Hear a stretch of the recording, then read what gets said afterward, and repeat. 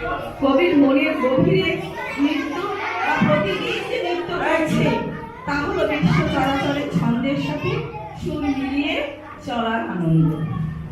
জীবনে সুখ দুঃখ, হাসি কান্না, ভালো মন্দ সবাই তালে তালে একে অপরের দোসর হয়ে উঠছে। অর্থাৎ জীবনের এই বিপরীতমুখী বিষয়গুলো একে অপরের পরিপূরক সে কবে থেকে। কারণ কবি তো কতদিন আগে লিখে গেছে মমচিত্তে নেবে নৃত্যে। আমাদের পরবর্তী নৃত্য অনুষ্ঠান অংশগ্রহণে শাহনাজ বানু।